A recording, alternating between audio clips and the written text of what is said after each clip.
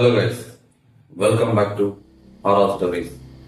ಇವತ್ತು ನಾವು ನೋಡೋ ಹಾರರ್ ಸ್ಟೋರೀಸ್ ಇದು ನಡೆದಿದ್ದು ಕರ್ನಾಟಕ ಕೇರಳ ಬಾರ್ಡರ್ ಬರೋ ಹಳ್ಳಿ. ಈ ಕಥೆ ನಡೀಬೇಕಾದ್ರೆ 1985-90 ಟೈಮಲ್ಲಂತೂ ಆ ಊರಿಗೆ ಕಾಲಿಡೋದಕ್ಕೆ ಜನ ತುಂಬಾ ಇರುತ್ತೆ. ಆ ಟೈಮಲ್ಲಿ ಮೊದಲ ಪದವಿ ಪಡೆದಂತ ಯುವಕರು ಆ ಊರಿಗೆ ಶ್ರೀಮಂತರ ಮಕ್ಕಳಾಗಿದ್ರು ಅವರು. ಅವ್ರಿಗೆ ಆ ಊರಲ್ಲಿ ಬಂದಾಗ ಅವ್ರು ಚಿಕ್ಕ ವಯಸ್ಸಲ್ಲಿ ಕೇಳಿದಂತ ಕೆಲವು ಕಥೆಗಳು ಇದನ್ನೆಲ್ಲ ನೋಡ್ಬಿಟ್ಟು ಈಗ ದೊಡ್ಡವರಾಗಿ ಓದಿದ ಮೇಲೆ ಅವೆಲ್ಲ ಸುಳ್ಳು, ನಾವು ನಂಬಲ್ಲ, ಆ ಜಾಗಕ್ಕೆ ಹೋಗಿ ನಾವು ಪ್ರೂವ್ ಮಾಡ್ತೀವಿ ಅನ್ನೋ ಚಾಲೆಂಜ್ ಮಾಡ್ಕೊಂಡು ಇಬ್ರು ಹುಡುಗರು ಹೋದಾಗ ನಡೆದಂತ ಆ ಭಯಂಕರ ಕಥೆನೆ ಇವತ್ತು ನಾವು ಮಾಡ್ಕೊಡ್ತೀವಿ.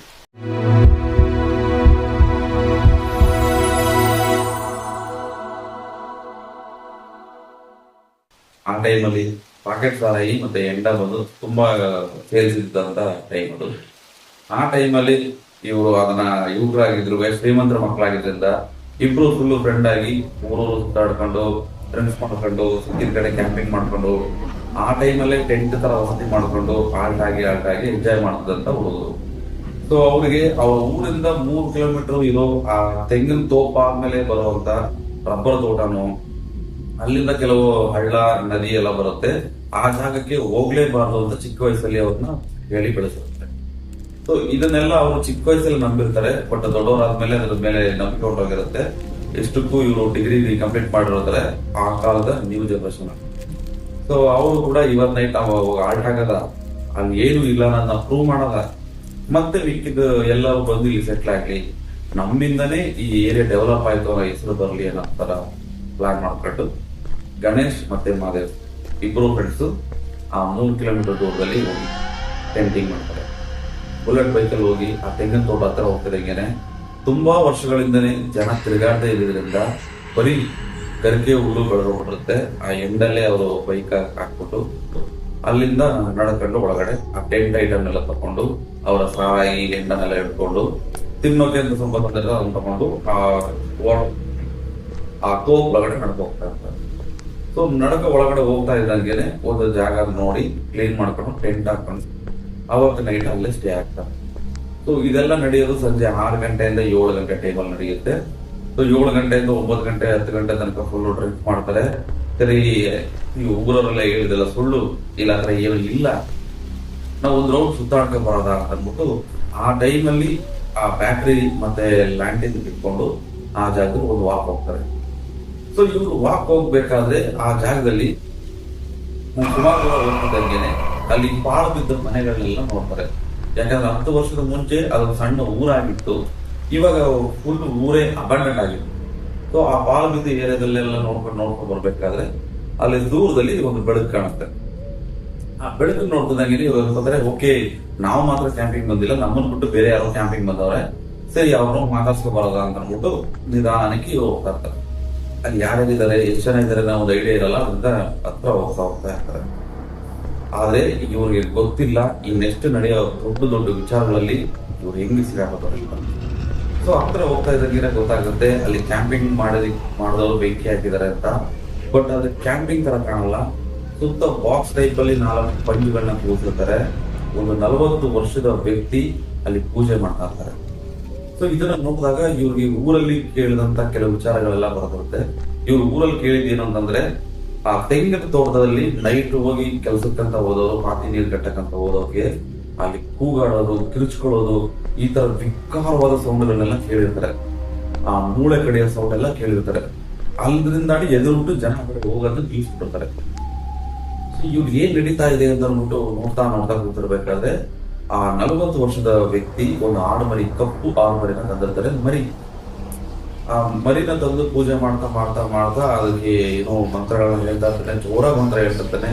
ಆ ಮಂತ್ರಗಳು ಬೇರೆ ಇವ್ರಿಗೆ ಅರ್ಥ ಆಗ್ತಾ ಇರಲ್ಲ. ಆದ್ರೂ ನೋಡ್ತಾ ಕೂತಿದ್ರೆ ಏನೋ ನಡೆಯುತ್ತೆ. ಇವ್ರಿಗೆ ಕರೆಕ್ಟಾಗಿ ಕಾಣಲ್ಲ ಅಂತ ಅಂದ್ಬಿಟ್ಟು ಸ್ವಲ್ಪ ಹತ್ರ ಬರ್ತಾರೆ. ಒಂದು ದೊಡ್ಡ ಹಾಲ್ ಮರ ಇರುತ್ತೆ, ಆ ಹಾಲ್ ಮತ್ತೆ ಹಿಂದೆ ಕೂತ್ಕೊಂಡು ನೋಡ್ತಾ ಇರ್ತಾರೆ. ಸೊ ಆ ವ್ಯಕ್ತಿ ಪೂಜೆ ಮಾಡ್ತಾ ಇರ್ತಾನೆ. ಪೂಜೆ ಮಾಡಿ ಒಂದು 5 ನಿಮಿಷ ಆಗ್ತಿದ್ದಂಗೆನೆ ಅಲ್ಲಿದ್ದ ಮರಿ ಆ ಕಡೆ ಈ ಕಡೆ ದಾರ ಕಟ್ಕೊಂಡು ಎಳಿತಾ ಇದ್ದು ಸಣ್ಣ ಮರಿ ಒಂಥರ ಬೊಂಬೆ ತರ ನಿಂತ್ಕೊಂಡ್ಬಿಡುತ್ತೆ. ಮೂವ್ಮೆಂಟೇ ಇಲ್ಲದೆ, ಶೇಕಿಂಗ್ ಇಲ್ಲದೆ, ಹಂಗೆ ಸ್ಟಿಫ್ ಆಗಿ ನಿಂತ್ಕೊಂಡ್ಬಿಡುತ್ತೆ. ಇದನ್ನು ಗಮನಿಸ್ಕೊಳ್ಳೋಕೆ ನಿಲ್ತಾರೆ ಇವರಿಬ್ರು, ಗಣೇಶ್ ಮತ್ತೆ ಮಾದೇವ್. ಸೊ ಆಗ 40 ವರ್ಷದ ವ್ಯಕ್ತಿ ಏನ್ ಮಾಡ್ತಾನೆ, ಪೂಜೆ ಮಾಡ್ತಾ ಮಂತ್ರ ಹೇಳ್ತಾ ಆ ದುಷ್ಟ ಮುನಿಗೆ ಬಾ, ನಿನಗೋಸ್ಕರ ನಾನು ಆಹಾರ ತಂದಿದ್ದೀನಿ, ದುಷ್ಟ ಮುನಿಗೆ ಬಾ, ನಿನಗೋಸ್ಕರ ಒಂದು ದೊಡ್ಡ ಎಳೆನೆ ತಂದಿದ್ದೀನಿ ನಾನು ಅನ್ನೋ ತರ ಹೇಳಿ ಆ ದೊಡ್ಡ ಎಳೆ ಹಾಸಿ ಅದ್ರಲ್ಲಿ ಮೊಟ್ಟೆ, ಅನ್ನ, ಸಾಂಬಾರು ಅನ್ನೋದ್ರ ಏನೇನೋ ಇಟ್ಟು ಕಡೆಗೆ ಬೊಂಬೆ ತರ ನಿಂತಿದ್ದ ಈ ಮರಿನ ಚಾಕು ತಗೊಂಡು ಹೊಟ್ಟೆಯಿಂದ ಕತ್ತುವರೆಗೂ ಕುಯ್ತಾರೆ. ಈ ಮರಿ ಸಣ್ಣ ಮರಿ, ಈಗ ಯಾರು ಹೊಡೆದ್ರು ಕೂಡ ಒದ್ದಾಡುವಂತ ಮರಿ, ಕೂಗಾಡೋ ಮರಿ, ಆ ಒಂದು ಚಾಕು ತಗ ಚುಚ್ಚಿ ಎಳೆದ್ರು ಕೂಡ ಒಂದು ಚೂರು ತುಟಿ ಕಂದು ನಿಂತಿರುತ್ತೆ. ಇದನ್ನ ಇವರಿಬ್ರು ಗಮನಿಸ್ತಾ ಇರ್ತಾರೆ, ನೋಡ್ತಾ ಇರ್ತಾರೆ. ಆಗ ಫುಲ್ ಅದನ್ನ ಕಿತ್ತು ಆ ಚರ್ಮನೆಲ್ಲ ಇದು ಮಾಡಿ ಅದರ ರಕ್ತನ ಅನ್ನದ ಮೇಲೆ ಸುರಿಸಿ ಏನೇನು ದುಷ್ಟಮುನಿಗೆ ಅಂತ ಅಂದ್ಬಿಟ್ಟು ದುಷ್ಟಮುನಿ ಬಗ್ಗೆ ಹೊಗಳೋ ತರ, ಅದನ್ನ ತುಂಬಾ ದೊಡ್ಡ ಸ್ಥಿತಿಗೆ ಇಟ್ಟು ಮಾತಾಡೋ ತರ ತುಂಬಾ ದೊಡ್ಡದಾಗಿ ಹೇಳ್ತಾ ದುಷ್ಟಮುನಿನ ತುಂಬಾ ಹೊಗಳ್ತಾ ಇರ್ತಾನೆ. ಹೊಗಳ್ತಾ ಹಂಗೆ ಪೂಜೆ ಮಾಡ್ತಾ ತಲೆ ಹೋಗಿಸ್ ಪೂಜೆ ಮಾಡೋದು ಟಕ್ಕಂತ ಮಾದೇವ ಮತ್ತೆ ಗಣೇಶ ನಿಂತಿದ್ರಲ್ಲ ಆ ಆದ ಮನೆಗಳನ್ನ ತಿರುಗಿ ನೋಡಿದ್ದೆ ತರ ಏನು ಅನ್ನಿಸ್ತೋ ಅದನ್ನೆಲ್ಲ ಬಿಟ್ಬಿಟ್ಟು ಅಲ್ಲೇ ಎಲ್ಲ ಐಟಮ್ ಬಿಟ್ಬಿಟ್ಟು ಏನು ಎತ್ಕೊಳ್ಳದೆ ಆ ಜಾಗನ ತಿರುಗು ನೋಡದೆ ವಾಪಸ್ ಬಂದ. ಇದನ್ನ ಗಮನಿಸಂತ ಗಣೇಶ್ಗೆ ಫುಲ್ಲು ಒಂಥರ ನಗು ಬಂದ್ಬಿಡುತ್ತೆ. ನೋಡ್ದ ಏನೇನೋ ಮಂತ್ರ ಹೇಳ್ತಾನೆ, ಏನೇನೋ ಪೂಜೆ ಮಾಡ್ತಾವನೆ, ಇಲ್ಲಿ ಯಾರು ಬರ್ಲೇ ಇಲ್ಲ, ಹಾಗೆ ಹೀಗೆ ಪಾಪ ಇವಾಗ ಮರಿ ಸತ್ತಿದ್ದೆ ನಷ್ಟ ಅನ್ನೋ ತರ ಹೇಳ್ಕೊಂಡು ಮಾದೇವ ಹತ್ರ ಕಾಮಿಡಿ ಮಾಡ್ತಾ ಇರ್ತಾನೆ. ಸರಿ ಇದೇನೋ ಬಾ ನಾವು ಟೆಂಟ್ಗೆ ಹೋಗೋದ ಅಂತ ಅನ್ಬಿಟ್ಟು ನಡ್ಕೊಂಡು ಟೆಂಟ್ ಕಡೆ ಬರ್ಬೇಕಾದ್ರೆ ದಿಢೀರ್ ಅಂತ ಈ ನರಿ ಕೂಗೋ ತರ, ತೋಳ ನರಿ ಕೂಗಿದ್ರೆ ಯಾವ ತರ ಸೌಂಡ್ ಬರುತ್ತೋ ಆ ತರ ಸೌಂಡು. ಆ ಸೌಂಡ್ ಅಲ್ಲಿ ಹೆಜ್ಜೆ ಸೌಂಡು, ದಪ್ಪ ಹೆಜ್ಜೆ ಸೌಂಡು. ಆ ಮಣ್ಣಿನ ನೆಲದ ಮೇಲೆ ಕಾಲಿಟ್ರೆ ದೊಡ್ಡ ಸೌಂಡ್ ಏನ್ ಬರುತ್ತೆ ಆ ತರ ಸೌಂಡ್ ಬರ್ತಾ ಇರುತ್ತೆ. ಇದನ್ನ ಕೇಳಿಸಿದ ತಕ್ಷಣ ನಡಕ ಹೋಗ್ತಾ ಇದ್ದ ಮಹಾದೇವ್ ಮತ್ತೆ ಗಣೇಶ್ ನಿಂತು ತಿರುಗಿ ನೋಡ್ತಾರೆ. ಆ ಜಾಗದಲ್ಲಿ ಏನಾಗಿರುತ್ತೆ ಅಂತಂದ್ರೆ ಪ್ರಾಣಿ ತರ ದೇಹ, ಒಂದು ಆಕೃತಿ ಬರುತ್ತೆ. ಅಲ್ಲಿರೋ ಅನ್ನ, ಮೊಟ್ಟೆ, ಮರಿನ ಕಿತ್ತು ತಿಂತಾ ಇರತ್ತೆ. ಮೂಳೆಗಳನ್ನ ಕಡಿಯೋ ಸೌಂಡ್, ಕಟಕ್ ಬರೋ ಸೌಂಡು ಇವರಿಬ್ರು ಕಿವಿ ಜೋರಾಗಿ ಕೇಳಿಸ್ತಾರೆ. ಇದನ್ನ ಕೇಳಿ ಅಲ್ಲಿಂದ ಹೋಗ್ಬೇಕು ಅಂತ ಪ್ಲಾನ್ ಮಾಡದಂತ ಗಣೇಶ್ ಮತ್ತೆ ಮಹಾದೇವ್ ಚೆನ್ನಾಗಿ ನಿಂತು ಬಿಡುತ್ತೆ. ಏನ್ ಮಾಡ್ಬೇಕು ಅನ್ನೋದು ಗೊತ್ತಿಲ್ಲದೆ ಒಂಥರ ಬೊಂಬೆಗಳಾಗಿ ಇವ್ರು ನಿಂತ್ಕೋಬಹುದು. ಅವ್ರ ಮೈಂಡ್ ಅಲ್ಲಿ ಏನು ಓಡಲ್ಲ, ಏನ್ ಮಾಡ್ಬೇಕು, ನಿಂತ್ಕೋಬೇಕಾ, ಹೋಗ್ಬೇಕಾ, ತಪ್ಪಿಸ್ಕೋಬೇಕಾ, ಒಂದು ಚೂರು ಗೊತ್ತಾಗಲ್ಲ. ಹಂಗೇ ನಿಂತು ಅದನ್ನೇ ನೋಡ್ತಾ ಇರ್ತಾರೆ. ಒಂದ್ ಹಂತಕ್ಕೆ ಎಲ್ಲ ತಿಂದು ಮುಗಿದ್ಮೇಲೆ ಒಂಥರ ಮೇಲ್ ನೋಡಿ ದೊಡ್ಡದಾಗಿ ಹೂ ಇಟ್ಟಾಗ ಇವ್ರು ಒಂಥರ ಎಚ್ಚರ ಆಗುತ್ತೆ. ಇಲ್ಲಿರೋದು ಯಾಕೋ ತಪ್ಪು, ಜನ ಮಾತಾಡಿದ್ರೆ ನಿಜಾನೇ, ನಾವಿಲ್ಲಿ ಇರಬಾರ್ದು, ವಾಪಸ್ ಹೊಂಟೋಗೋದಾ ಅಂತ ಅಂದ್ಬಿಟ್ಟು ಡಿಸೈಡ್ ಮಾಡ್ಕೊಂಡು ಅವರಿಬ್ರು ಅಲ್ಲಿಂದ ಓಡ್ ಬರ್ತಾರೆ ಬೈಕ್ ಇರೋ ಜಾಗಕ್ಕೆ. ಕ್ಯಾಂಪ್ ಇರೋ ಜಾಗ, ಇವ್ರು ಬೈಕ್ ನಿಲ್ಸಿದಾರೆ, ಸೇತುವೆ, ಕ್ಯಾಂಪ್ ಮಾಡಿದ ಜಾಗ, ನೆಕ್ಸ್ಟ್ ಊರಿತ್ತು, ಅಪ್ಪಾಳ ಬಿದ್ದು ಊರಿತ್ತು. ಸೊ ಇವ್ರೇನ್ ಮಾಡ್ತಾರೆ, ಕ್ಯಾಂಪ್ ಬರದೆ ಸೀದಾ ಬೈಕ್ ಇರೋ ಜಾಗಕ್ಕೆ ಓಡ್ಕೊಂಡ್ ಬರ್ತಾರೆ. ಆ ಬೈಕ್ ಇರೋ ಬರೋ ಜಾಗದಲ್ಲಿ ಬಂದಾಗ ಹಳೆ ಸೇತುವೆ, ಈ ದೊಡ್ಡ ಬೈಕ್ಗಳನ್ನ ಕೂರಿಸಿ ಮೇಲ್ಗಡೆ ಮಣ್ಣಾಕಿ ಮಾಡಿರ್ತಾರಲ್ಲ ಆ ತರದ ಸಣ್ಣ ಸೇತುವೆ, ಆ ಜಾಗಕ್ಕೆ ಬರ್ತಿದ್ದಂಗೆನೆ ಮತ್ತೆ ಕಟ್ಟ ಅಂತ ಸೌಂಡ್. ಈ ಸೌಂಡ್ ಯಾವ ತರ ಇತ್ತು ಅಂತಂದ್ರೆ ಕೊಂಬೆ ಮುರಿಯೋ ತರ ಇತ್ತು. ಅಲ್ಲಿ ಕೇಳಿದ್ದು ಮೂಳೆ ಕಡಿಯೋ ತರ ಇದ್ದು, ಇಲ್ಲಿರೋದು ಕೊಂಬೆ ಮುರಿಯೋ ತರ. ಅಯ್ಯೋ ಅಲ್ಲಿರೋ ಯಾವ ರೀತಿ ಇವ್ರನ್ನ ಫಾಲೋ ಮಾಡ್ಕೊಂಡು ಬರ್ತಾರ ಅಂತ ಅಂದ್ಬಿಟ್ಟು ಆ ಕಡೆ ಹುಡುಕ್ಬಿಟ್ಟು ಮೇಲ್ ತಗೊಂಡ್ಬಿಟ್ಟು ತಿರುಗಿ ಮೇಲ್ಗಡೆ ನೋಡಿದ್ರೆ ಒಂದು ಚಿಂಪಾಂಜಿ ತರ ಆಕೃತಿ, ಬಟ್ ತುಂಬಾ ಚಿಕ್ಕದು, ಉದ್ದ ಬಾಲ ತುಂಬಾ ಚಿಕ್ಕದು. ಅಲ್ಲಿ ನೋಡಿದ್ದು ಒಂದು ದಪ್ಪ ವ್ಯಕ್ತಿ, ದೊಡ್ಡ ಕಾಲು, ದೊಡ್ಡ ಮೈ ಫುಲ್ಲು ರೋಮ, ತಲೆ ಒಂಥರ ವಿಕಾರವಾಗಿತ್ತು, ನರಿಗೂ ಸಿಂಹಕ್ಕೂ ಈ ತರ ಮಿಕ್ಸ್ ಆದಂಗ ಒಂಥರ ತಲೆ ಇತ್ತು.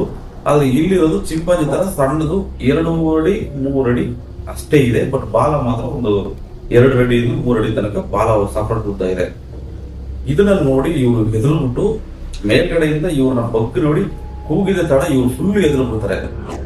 ಊರಲ್ಲೇ ಧೈರ್ಯವಂತ ಊರಾಗಿದ್ದಂತ ಇವರು ಇದನ್ನ ನೋಡಿ ಎದುರಿ ಒಬ್ಬೊಬ್ರು ಒಂದು ದಿಕ್ಕೊಳ್ಬಿಡ್ತಾರೆ.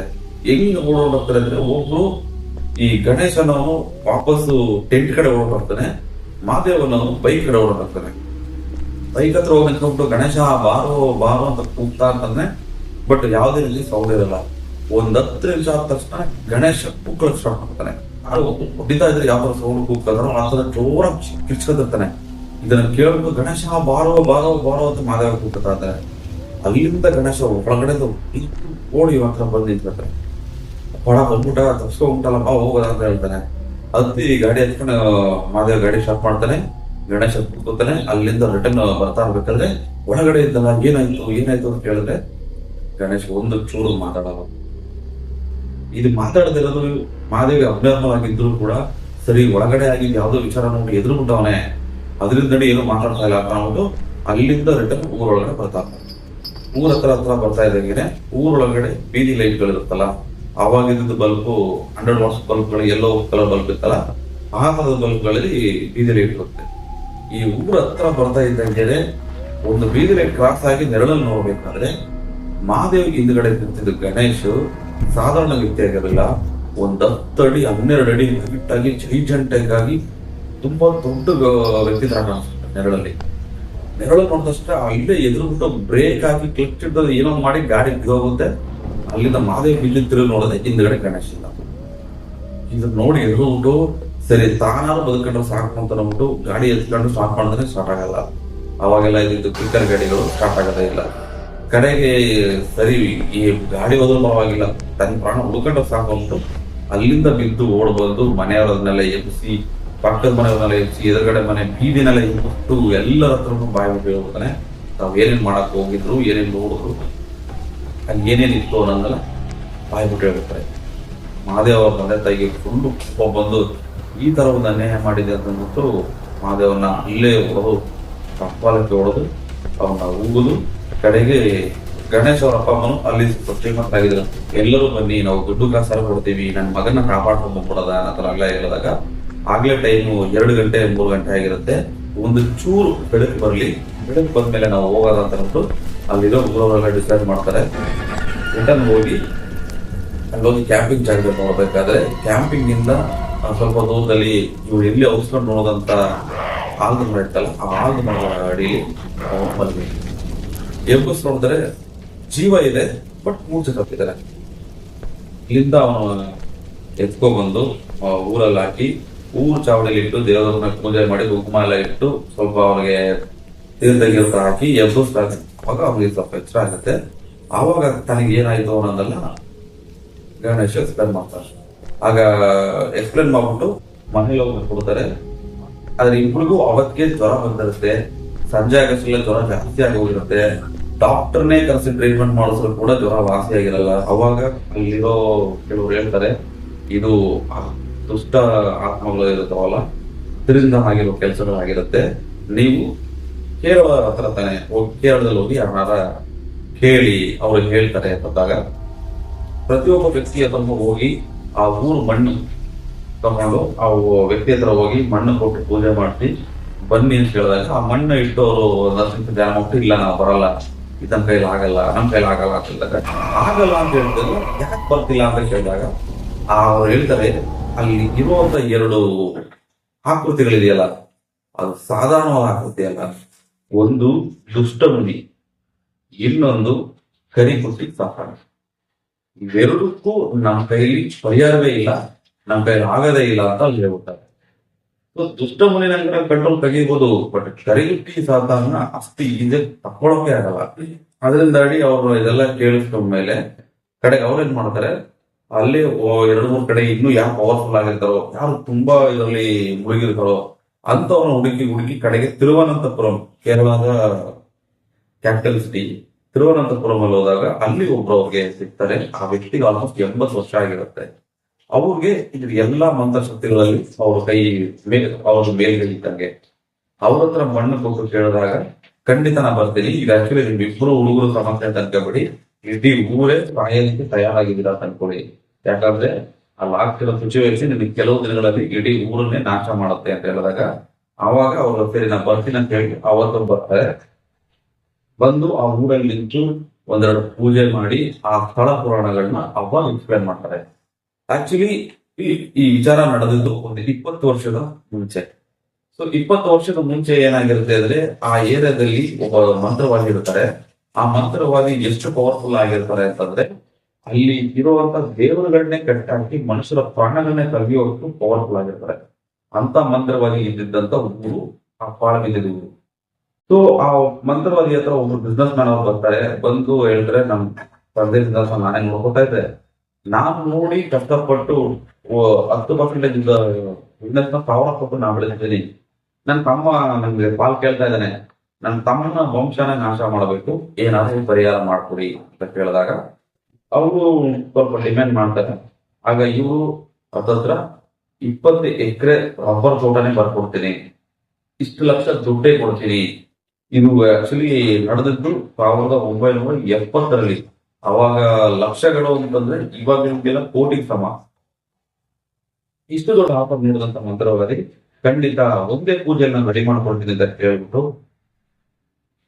ಆ ವ್ಯಕ್ತಿ ಏನ್ ಮಾಡ್ತಾನ ಅಂತಂದ್ರೆ, ಸಾತಾನುಗಳಿಗೆಲ್ಲ ಅಪ್ಪನಾದ ಕರಿಕುಟ್ಟಿ ಸಾತಾನ ಪೂಜೆ ಮಾಡಿ ಕಳಿಸ್ತಾರೆ. ಆ ಪೂಜೆ ಮಾಡಿ ಕಳಿಸಿದಂತ ಕರಿಕುಟ್ಟಿ ಸಾತಾನ್ಗೆ ಎಲ್ಲರೂ ಆ ಕರಿಕುಟ್ಟಿ ಸಾತಾನ ಪೂಜೆ ಮಾಡಲಿಕ್ಕೆ ಇಲ್ಲ ಕಡಿಯೋದಕ್ಕೆ ಹೆದರ್ತಾರೆ. ಯಾಕೆ ಅಂದ್ರೆ ಅದಕ್ಕೆ ಒಂದು ಪ್ರಾಜೆಕ್ಟ್ ತಗೊಳಪ್ಪ, ಈ ಮನೆ ಇದನ್ನ ನಾಶ ಮಾಡುವಂತ ಕೊಟ್ಟು ತೆಗೆದುಕೊಟ್ರೆ ಅದು ಹೋಗಿ ಇಡೀ 1-2 ತಿಂಗಳೊಳಗಡೆ ಇಡೀ ಮನೆನೇ ನಾಶ ಹೋಗುತ್ತೆ. ರಿಟರ್ನ್ ಬಂದಾಗ ಅದಕ್ಕೆ ಶಾಂತಿ ಪೂಜೆ ಮಾಡಿ ಅದರ ಲೋಕಕ್ಕೆ ವಾಪಸ್ ಕಳಿಸಲಿಲ್ಲ ಅಂದ್ರೆ, ಇಲ್ಲ ಶಾಂತಿ ಪೂಜೆಯಲ್ಲೇ ಏನಾರ ಒಂದು ಮಿಸ್ಟೇಕ್ ಆಗೋದ್ರೆ, ಪೂಜೆ ಮಾಡಿ ಪ್ರಯೋಗ ಮಾಡಿದ ಮನೇನೆ ಸರ್ವನಾಶ ಮಾಡುತ್ತೆ. ಸೊ ಇದು ಗೊತ್ತಿರೋದ್ರಿಂದ ಎಷ್ಟೋ ಮಂತ್ರವಾದಿಗಳು ಕರಿಕುಟ್ಟಿ ಶಾಸನ ತಗೊಳ್ಳಲ್ಲ. ಬೇಕಾದ್ರೆ ಕುಟ್ಟಿ ಶಾಸನಗಳು ತಗೊಳ್ಳೋದು, ಕರಿಕುಟ್ಟಿ ಶಾಸನ ಯಾರು ಕರಿಸಲ್ಲ. ಆದ್ರೆ ಈ ದೊಡ್ಡ ಅಮೌಂಟ್ ಅನ್ನು ನೋಡಿದಂತ ಈ ಮಂತ್ರವಾದಿ ಕರಿಕುಟ್ಟಿ ಶಾಸನ ಕರೆಸಿ ಕರಿಕುಟ್ಟಿ ಶಾಸನ ಕೈಲಿ ಈ ತರ ಇವರು ಮನೆ ಅಂತ ಹೇಳಿ ಅವರ ತಮ್ಮನ ಬಟ್ಟೆನೆಲ್ಲ ತರಿಸಿರ್ತಾರೆ. ಆ ಬಟ್ಟೆನ ಕೊಟ್ಟು ಸ್ಮೆಲ್ ಮಾಡಿಸಿ ಆ ಜಾಗಕ್ಕೆ ಕಳಿಸಿ ಮನೆಯಲ್ಲಿರೋರೆಲ್ಲರೂ ನಾಶ ಮಾಡ್ತಾರೆ. ಇದು ನಡೆದು 2-3 ತಿಂಗಳೊಳಗಡೆ ಆ ಇಡೀ ಮನೆನೇ ನಾಶ ಮಾಡಿ ಅಲ್ಲಿರೋರೆಲ್ಲ ಸಾಯಿಸ್ಬಿಟ್ಟು ಕರಿಕುಟ್ಟಿ ಶಾಸನ ವಾಪಸ್ ಬರುತ್ತೆ. ವಾಪಸ್ ಬರೋಷ್ಟರಲ್ಲಿ ಈ ಮಂತ್ರವಾದಿ ಒಂದು ಬೈಕ್ ಆಕ್ಸಿಡೆಂಟ್ ಅಲ್ಲಿ ಸತ್ತೋಗಿರ್ತಾನೆ. ಈಗ ಮಂತ್ರವಾದಿ ಅವನ ಹೆಂಡತಿ, ಮಗಳು ಮತ್ತೆ ಮಗನಿಗೆ 19 ವರ್ಷ ಆಗಿರುತ್ತೆ. ಸೊ ಅವನಿಗೂ ಕೂಡ ಈ ಕರಿಕುಟ್ಟಿ ಸಾತಾನ ಶಾಂತಿ ಮಾಡೋ ಪ್ರಯೋಗನೇ ಗೊತ್ತಿರಲ್ಲ. ಅದು ಬಿಟ್ಟು ಬೇರೆ ಪ್ರಯೋಗಗಳು ಮಾತ್ರ ಕಲಿತಿರ್ತಾರೆ. ಕರಿಕುಟ್ಟಿ ಸಾತಾನ ಪ್ರಯೋಗ ಕಲಿಯೋಕ್ಕಿಂತ ಮುಂಚೆನೆ ಅವ್ರ ತಂದೆ ಹೋಗ್ತಾರೆ. ಸೊ ಈ ಕರಿಕುಟ್ಟಿ ಸಾತಾನ ಬಂದು ಅಥವಾ 1 ತಿಂಗಳ ತನಕ ಇವ್ರನ್ನ ರಾತ್ರಿ ಹಗಲು ಹಿಂಸೆ ಮಾಡ್ತಾನೆ ಇರುತ್ತೆ, ತೊಂದರೆ ಕೊಡ್ತಾನೆ ಇರುತ್ತೆ, ಟಾರ್ಚರ್ ಮಾಡ್ತಾ ಇರುತ್ತೆ, ಮನೆಗಳ ಪದಾರ್ಥಗಳು ಬಿಡೋದು, ಇವ್ರನ್ನ ಸಾಯಿಸೋ ತರ ಮಾಡೋದು, ಬಾವಿ ಹತ್ರ ತಳ್ಕೊಳ್ಳೋದು, ಇಂಥ ಎಷ್ಟೋ ಕೆಲಸಗಳನ್ನ ಮಾಡ್ತಾ ಇರುತ್ತೆ ಶಾಂತಿ ಪೂಜೆಗೋಸ್ಕರ. ಆದ್ರೆ ಶಾಂತಿ ಪೂಜೆ ಮಾಡೋದಕ್ಕೆ ಅವ್ನಿಗೆ ಶಾಂತಿ ಪೂಜೆ ಪ್ರಯೋಗನೇ ಗೊತ್ತಿಲ್ಲದೆ ಇದ್ದಾಗ ವಿಧಿಯಿಂದ ತಾನು ಏನ್ ಮಾಡ್ತಾನೆ ಅಂತಂದ್ರೆ, ಇದಕ್ಕೊಂದು ಆಲ್ಟರ್ನೇಟ್ ಆಪ್ಷನ್ ಆಗಿ ಒಂದು ದುಷ್ಟ ಮುನಿನ ಆವಾಹನೆ ಮಾಡ್ತಾನೆ. ದುಷ್ಟ ಮುನಿನ ಕರೆಸಿ ಕರಿಕುಟ್ಟಿ ಸಾತಾನ ಎದುರಿಗೆ ಆಪೋಸಿಟ್ ಆಗಿ ಬಿಡ್ತಾರೆ. ಪ್ರತಿ 3 ತಿಂಗಳಲ್ಲಿ ಬರೋ ಒಂದು ಅಮಾವಾಸ್ಯೆಯಲ್ಲಿ ಆ ದುಷ್ಟ ಮುನಿಗೆ ಈ ದೊಡ್ಡ ಎಲೆಯಲ್ಲಿ ಮರಿ ಬಲಿ ಕೊಟ್ಟು ಪೂಜೆ ಮಾಡ್ತಾ ಇದ್ರಿಂದ ಅದಕ್ಕೆ ಇನ್ನೂ ವೀರ್ಯ ಜಾಸ್ತಿಯಾಗಿ, ಇನ್ನೂ ಶಕ್ತಿ ಜಾಸ್ತಿಯಾಗಿ ಅವರು ಉಗ್ರವಾಗಿ ಕರಿಕುಟ್ಟಿ ಶಾಸನ ಜೊತೆ ಯುದ್ಧ ಮಾಡ್ತಾ ಇವರು ಫ್ಯಾಮಿಲಿನ ಕಾಪಾಡ್ತಾ ಇರ್ತಾರೆ. ಈ ದುಷ್ಟ ಮುನಿಗೆ ಪ್ರತಿ 3 ತಿಂಗಳಿಗೊಂದ್ಸಲ ಅದರ ಪವರ್ ಕಮ್ಮಿ ಆಗ್ತಿದ್ದಂಗೆ ಇವ್ರು ಹೋಗಿ ಮತ್ತೆ ಅದಕ್ಕೆ ಎಡೆ ಹಾಕಿ ಅದರ ಪವರ್ ನ ಜಾಸ್ತಿ ಮಾಡಿ ಮಾಡ್ತಾ ಇರ್ತಾರೆ. ಸೊ ದುಷ್ಟ ಮುನಿ ಇದ್ದಿದ್ರಿಂದ ಕರಿಕುಟ್ಟಿ ಶಾಸನ ಕೈಯಲ್ಲಿ ಏನು ಮಾಡಕ್ ಆಗಲ್ಲ.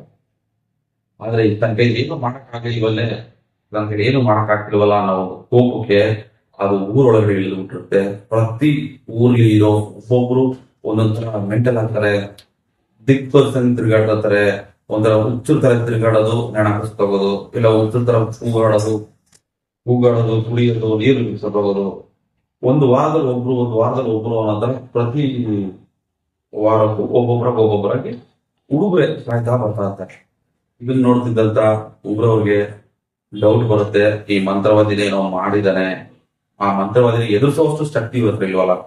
ಸೊ ಜೀವ ಉಳಿಸ್ಕೊಳ್ಳೋಕೋಸ್ಕರ ಊರ್ ಖಾಲಿ ಮಾಡಿ ಹೊರಟೋಗಿರ್ತಾರೆ. 1 ವರ್ಷದ ತನಕನೂ ಮಂತ್ರವಾದಿ ಅಲ್ಲೇ ಇದ್ದು ಪೂಜೆ ಮಾಡಿ ಅದಕ್ಕೆ ಬೇಕಾದಂತ ಹೆಡೆ ಮತ್ತೆ ಮರಿಗಳನ್ನ ಕೊಟ್ಟು ಅದನ್ನ ಪವರ್ ಜಾಸ್ತಿ ಮಾಡಿಸಿ ತಮ್ಮ ಪ್ರಾಣ ಉಳಿಸ್ಕೊಂಡಿರ್ತಾರೆ. ಆದ್ರೆ ಊರೇ ಇಲ್ಲ ಅಂತಂದ್ಮೇಲೆ ಅವ್ರು ಮಾತ್ರ ಇದ್ದು ಏನ್ ಮಾಡ್ತಿದ್ರು ಅಂತ ನೋಡ್ಬಿಟ್ಟು ಬಿಸ್ನೆಸ್ ಮ್ಯಾನ್ ಕೊಟ್ಟಿದಂತ ದುಡ್ಡು ಮತ್ತೆ ಅವ್ರು ಬರ್ಕೊಟ್ಟಿದಂತ ಆಸ್ತಿನ ಮಾರಿ ಅದ್ರಲ್ಲಿ ಬಂದಂತ ದುಡ್ಡು ತಗೊಂಡು ಇವ್ರು ಕೇರಳಗೆ ಶಿಫ್ಟ್ ಆಗ್ಬಿಟ್ಟಿರ್ತಾರೆ.